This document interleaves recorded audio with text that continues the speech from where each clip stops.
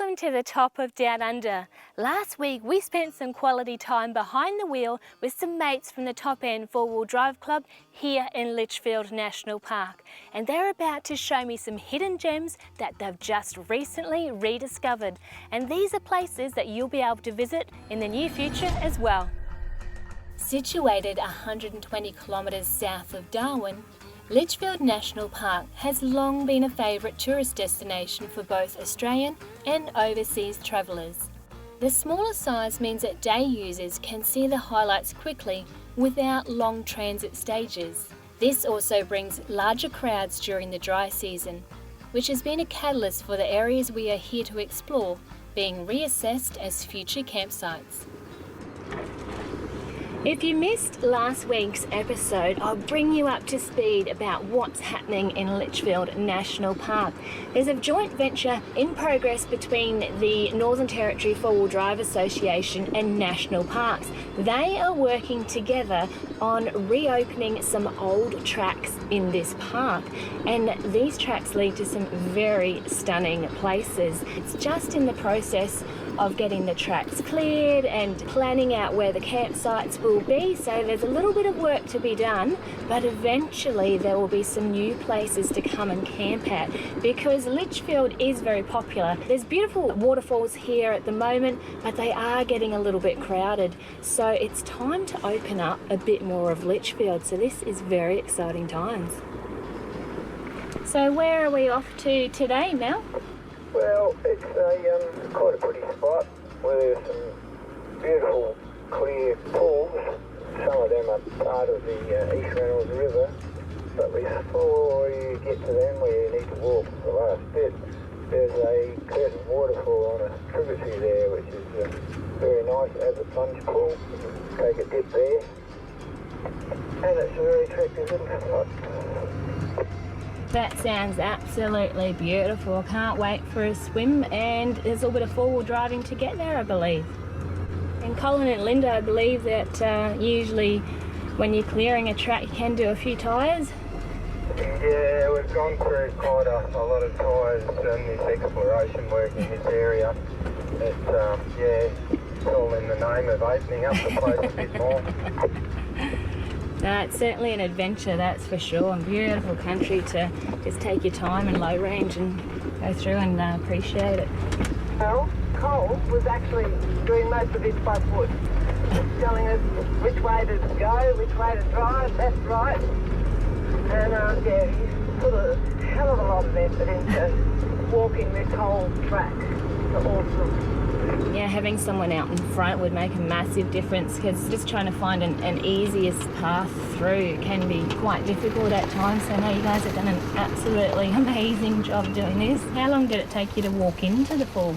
Yeah, so Penny, that rock ledge, that was the point we got to when we were trying to retrace steps in here. It's very hard to define where tracks used to be, so it was quite difficult to know where to go. So that point was where we actually stopped, and from there we took off on foot. There was 3 of us walked for probably about half a day. These waterfalls were actually the ones we were looking for. Yeah, we walked in and discovered that they were actually the goal we were after. Yeah, we retraced our steps back to the vehicles, and from there at a later date, the Land Cruiser Club came in and did a fair bit of work, so that's how we got down to the bottom of the hill where these new falls actually are. Okay, so essentially rediscovering old tracks, and I imagine hearing the sound of that water flowing would have been music to your ears. Yes, it was. It takes a lot of effort here after the wet season. We were quite glad to have a swim, and once you leave the river again it gets quite hot. As opposed to other states, this is really the only place we get the opportunity to do these sort of things. I've 4-wheel drived in just about every state in Australia, and this is unique. It's just another reason why I love the Northern Territory. With a base camp set up at Crystal Springs, we are heading out to explore the rest of this area.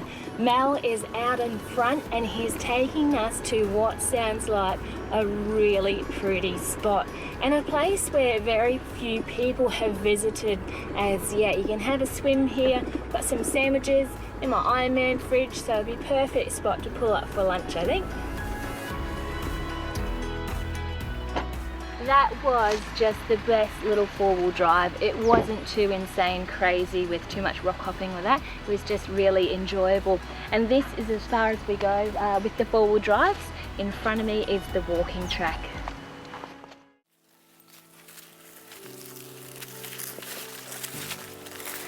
What have we got here, Cole? Well, this is the large pool below the falls on the East Reynolds.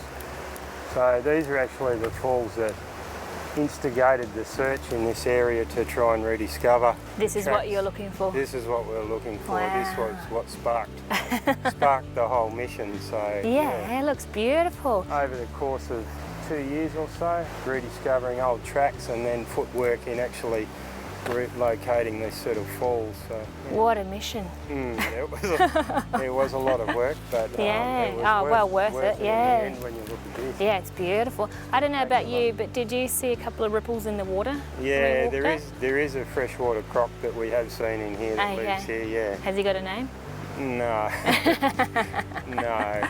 Well, we have actually swam in there and nobody's been eaten as yet. So. Okay, fingers crossed. Yeah.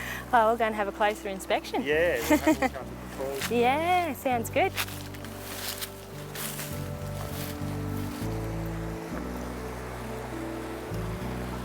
There's actually been very few white people through here. The Indigenous have inhabited this land for a long time, and I just can't believe how deep and how crystal clear these ponds are.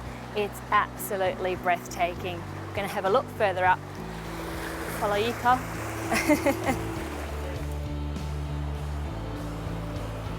When you're planning your off-road adventure, it's well worthwhile putting some thought into your footwear, especially when you're coming into places like this. The tracks aren't always defined and you're often climbing over rocks, through gullies, all sorts of things. And you want to have good support around your ankle so you don't roll an ankle. And also, if possible, find a boot that's waterproof. So that means you don't have to keep taking your shoes on and off every time you cross through the little creeks. These boots here are brand new for this trip, and as soon as I put them on, they fitted like a glove. So a really good sturdy boot.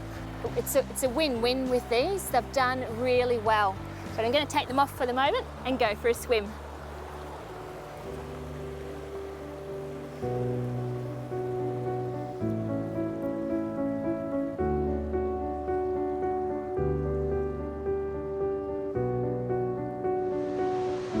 How amazing is this place? Now, how do you get access? That is a very good question. This won't be open to the public for another 2 years, but if you'd like to become a financial member of one of the local four-wheel drive clubs, they will be able to help you come in here and you can enjoy this pristine country. And not only that, you get to enjoy the company of other four-wheel drivers and really get, whatever age you are, really get amongst it, come out and experience the Northern Territory. And a place like this is just incredible, isn't it, guys? Certainly is. It's pristine wilderness and it's beautiful to be here. To be here by yourself is just incredible. That's right. Yeah. Experience this by yourself before the crowds come. Absolutely.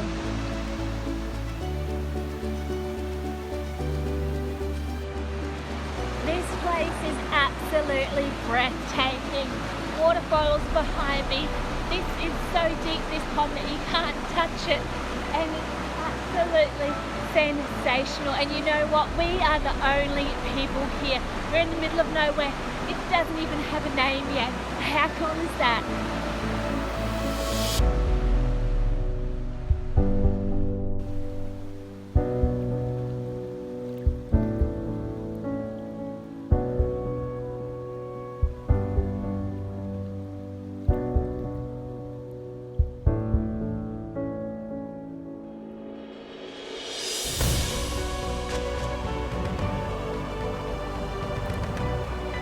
Litchfield National Park is actually quite small in comparison to others. It's only 650 kilometres square in size. Originally home to the Aboriginal Wagate people, and the first European connection was through a man named Frederick Litchfield. He was part of the Finnish exploration team in the late 1900s. He came through and explored this area, and hence the name of the park. Now, I do like Litchfield. Compared to Kakadu, it's a lot smaller, and you don't have to drive as far to enjoy the plunge pools, waterfalls, rocky escarpments, and places like this. I mean, check this out. This is one of my favourite parks, and you can see why right here.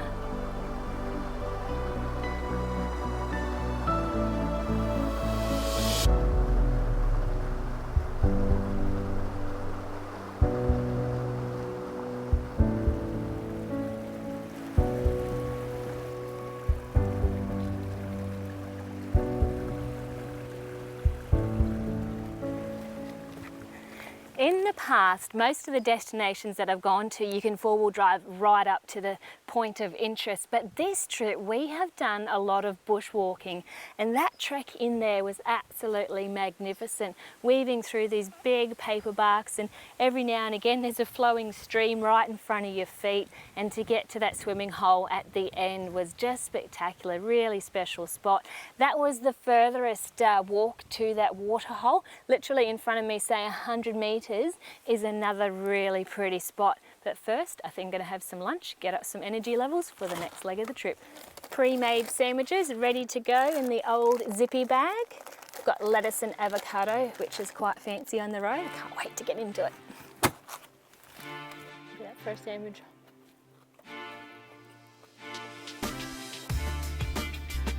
Did you find your glasses?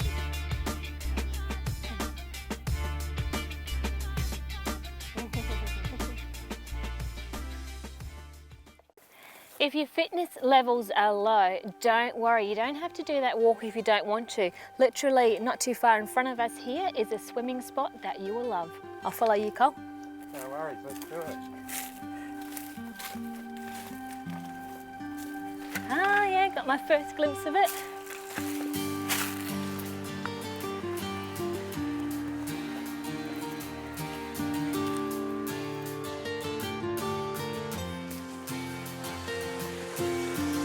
Oh wow, this looks amazing. Yeah. Here we have another little curtain waterfall, dropping off into a plunge pool again. Lovely. Just trickling over, that's beautiful. Beautiful. Have you been to the top? Yes, there? we have walked up the top, and there's some more little holes up above there too. Yeah. Wow, this is a magic spot.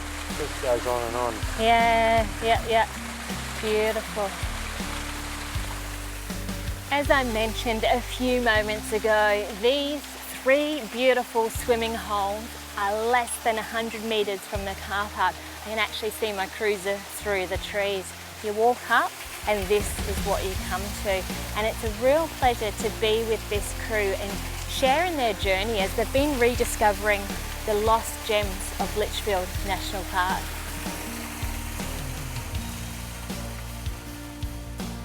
Mel and Cole assure me that there is more to see in Litchfield, and tomorrow they want to take me to one last place.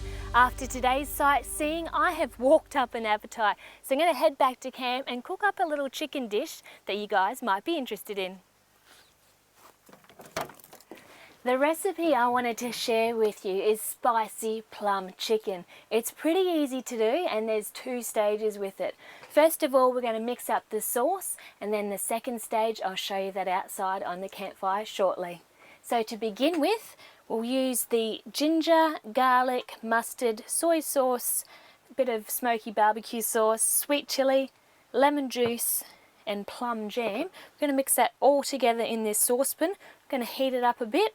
So to start with, throw in some ginger. With each of the ingredients, just put a little bit in. Don't have to be too particular with the quantities. Just add in more of what you like, that's what I do. The Dijon mustard though, I only put in a teaspoon of that. It's got some punch there, it's got a bit of taste to it. I love this seasoning, it's so tasty, but if you've got any type of light soy, that will work too. Your barbecue sauce, I usually buy the smoky one because it's just got a bit more flavour to it. Bit of sweet chilli, never goes astray. A dash of lemon juice. And our last ingredient is the plum jam. If you haven't got plum jam, you could use honey, that would also work fine as well. So give it that real sweet hit to it. Okay, now we've got all our ingredients together. We're going to pop that on the stove just to heat it up and really mash all those flavours together by melting it a little bit more. I'll just give this a little bit of time to heat up, but you may notice on my bench top here, I've got a little gauge. Now this is a really handy tool to keep an eye on the temperature of your fridges. You know, often when you're rummaging around in the back of your car, you can accidentally knock the fridge lid and turn it off. So this is a really good reminder, just a quick view, a quick check up to see how your fridges are running, and it doesn't take up any room whatsoever. Really handy tool. This is one of my favourite recipes to do. I'll often make a double batch and keep half of it aside and freeze it, so when I go to the shop and buy some more chicken thighs, the sauce is already pre-made. It's so easy. You'll know your sauce is ready as soon as that plum jam has dissolved. It's the one that seems to need the most amount of heat, and now it's all the one consistency. So this sauce is sorted. It's time to move on to stage 2, and that's getting the chicken ready. I'll show you that next.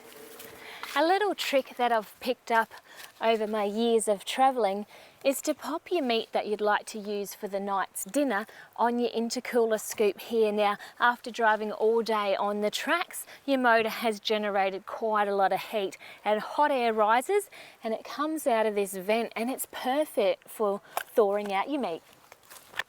I always like to buy the chicken thighs that don't have the bone in them. They work better with this recipe. So what we're going to do is just simply pop them on the little fry pan here, give them a little bit of sear and season them with some salt and pepper and some cayenne pepper as well. Here we go. I'd already seasoned this fry pan with a bit of oil. Just pop your fillets on cayenne pepper. Now this is going to give it the heat that we're chasing. Bit of zing and some pepper as well, just some black pepper. We're simply going to give them a quick flick over like that and do exactly the same on the other side. That's essentially all I wanted to do there, is just to sear both sides. I'm going to take them back off the heat and then pop them in the camp oven. It's an absolute pleasure to be cooking with a territory sunset behind me. It doesn't get much better than that. Now the next stage of this recipe, I'm going to use my camp oven and I'll show you what's inside.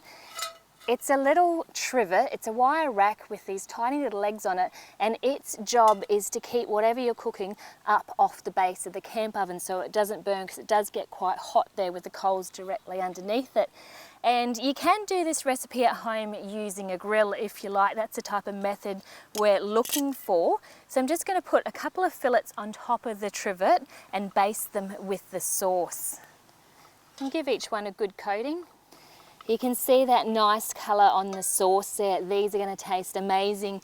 What I will do, I'll pop the lid on the camp oven. We'll put it on the fire for about 10 minutes and then we'll flip it over and baste the other side. It's going to look sensational. One thing I always travel with is a long-handled shovel for this very reason. There's some heaps of heat in this fire and it works a treat. You don't get too hot, you don't get too close to the coals with a shovel like this. And you want coals top and bottom so the heat circulates under and through that chicken. We'll give it 10 minutes and we'll give it a look and see how it's cooking. It's been about 10 minutes, so we'll check to see how they're going. I'm just going to take the lid off the camp oven, pop that on a little stump that I prepared earlier, and there we go. They're looking really good. They're ready to flip over and baste the other side. Just baste them, being very generous with your sauce. Lots of flavour that way. Okay, so camp oven lid goes on and I'll pop it back on for another 10 minutes. time's up, this chicken should be ready. Just gonna take the lid off. Oh yeah, it's looking good. Sizzling away. There we go, take a look at that. Look at the flavours on there. I like to plate it up with a nice green salad. And there you have it, spicy plum chicken thighs with salad. They look amazing and my mouth is watering. If you want the details, check out the website. Everything you need to know is there. Woken up to a beautiful day. The sun is out, not a cloud in the sky. I've got a gentle breeze. Hubs are locked in. We are ready to rumble. Okay, Melissa, I guess you're keeping your eyes peeled for that old track, are you? Yeah, I've certainly got it. I've got some idea, some memory. I don't think the last time I saw one was 2 years ago. This sounds very exciting. Going to find an old track. It's been 2 years since anyone's been on it, so we'll have to unearth it, go through the long grass. Cole's going to walk out in front. Just slowly picking our way through the scrub here. It's starting to close in a little bit. Mel's got a waypoint on his GPS that he's working towards, and he's just giving Colin a bit of direction, telling him which way to try and head if he goes off course out in front there, just so we can make sure we come out at the right spot for this road. Here we are, we have made it, and I can actually see water just here. There's a couple of creeks that come into this one, and the waterfall's not too far from here. Like the guy said, hopefully there's still water flowing over it, but anyway, it'll be a nice place for a swim. We've just made our way over a couple of rocky sections here, and we've come to the first deep section of water. You can see down the bottom, it's like this deep crevice, and it's so crystal clear. Unreal. Less than 100 metres from where we parked the cars, you have this water cascading through these little plunge pools. There's so many of them and they're flowing really well. I can imagine what it would be like in the wet season when the water's rushing down here. It'd be great if you've got a family to bring them here. I'm sure the kids, they could have their own little swimming pool all to themselves. Oh wow. Look at this.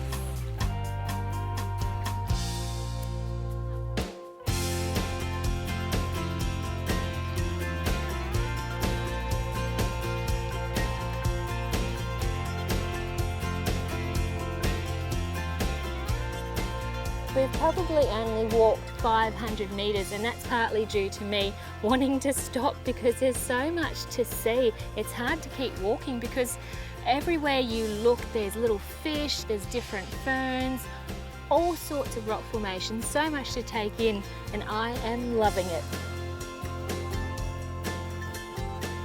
Yeah, so Penny, these are, they look a lot like an orchid. They're very common around wet spots here. But they're actually called a bladderwort, not a very charming name. But they are a beautiful little flower. Yeah. Quite spectacular. I've spotted them all the way down the gorge, but this particular bunch is really tall. They're beautiful either. Whatever their name is, absolutely gorgeous. They are. See what else we can find on this track, hey? Yeah, why not? We'll continue on. So is this the end of the road, Cole? Is this where it stops? I think from this point, this is where we'll head back up to the vehicles. From here, the country changes quite a lot. We lose this rock structure. It'll open out into a flatter area and just flowing through pebbly boulder areas until it gets down to the Reynolds River. Okay. Yeah. Reynolds is down there, it meets up with it. Yeah, it'll probably be a half a K or a bit more down further. But this is definitely the most interesting of the prettiest part of it, yeah. And I have to ask you, Cole, what was it like the first time you walked down here? I was quite amazed to find something totally different as opposed to the areas at Crystal Springs. They're three distinctly different areas with different features, and this one's, as we've seen as we've walked down, it's very interesting, all the different rock pools and formations. Thank you so much for taking me here. I don't know about you, but I wouldn't mind going for a swim. Oh, I think that sounds like a good plan. But which pond? That's the question.